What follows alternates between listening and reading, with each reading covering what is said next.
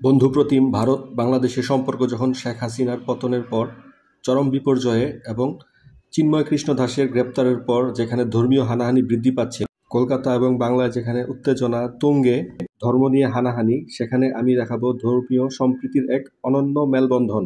একই বাউন্ডারি সীমানার ভিতরে এবং একই এলাকায় হিন্দুদের শ্মশান, মুসলমানদের কবরস্থান এবং খ্রিস্টানদের সমাধিক্ষেত্র, অর্থাৎ তিন ধর্মের মানুষের সমাধিক্ষেত্র একই জায়গায়। শুনলে আশ্চর্য লাগলেও ঘটনাটি সত্যি।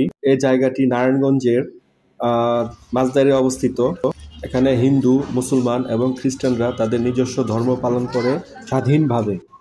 এখানে আছে শিব মন্দির, কালী মন্দির, লোকনাথ মন্দির, লাশ দাহ করার জন্য চিতাশাল এবং প্রাচীন অনেক মঠ।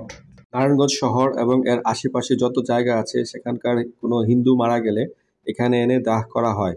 প্রতিদিন প্রচুর হিন্দু নারী এবং পুরুষ এখানে আসেন তাদের শ্রদ্ধা অর্পণ করার জন্যে এবং দেবী দর্শন করার জন্যে। শ্মশানের পাশেই রয়েছে খ্রিস্টান সিমেট্রি। এটি মূলত খ্রিস্টান ক্যাথলিকদের কবর। নারায়ণগঞ্জের সাধু পৌলের গির্জা মূলত এটি নিয়ন্ত্রণ করে থাকে। খ্রিস্টান ক্যাথলিক কোনো মানুষ মারা গেলে তাদেরকে এখানে কবর দেওয়া হয়।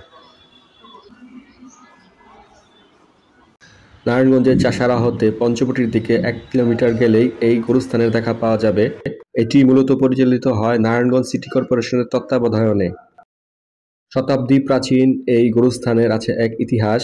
তৎকালীন জমিদার হরকান্ত ব্যানার্জি তার পিতার মরদেহ পাশের জেলায় নেওয়া বাবদ খুব সমস্যায় পড়েন এবং এরপর এই বিশাল জায়গা তিনি দান করে যান। হরকান্ত ব্যানার্জির দান করা সেই জায়গাতেই গড়ে উঠেছে হিন্দুদের শ্মশান, মুসলমানদের গুরুস্থান এবং খ্রিস্টানদের সিমেট্রি। নারায়ণগঞ্জের ভিক্টোরিয়া হাসপাতালেও হরকান্ত ব্যানার্জির দানের কথা শোনা যায়।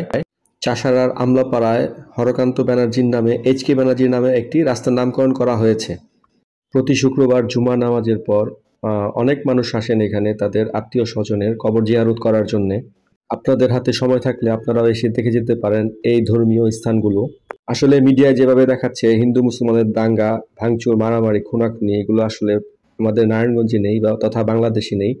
বাংলাদেশ একটি অসাম্প্রদায়িক দেশ, ধর্মীয় সম্প্রীতির দেশ। আল্লাহ হাফেজ।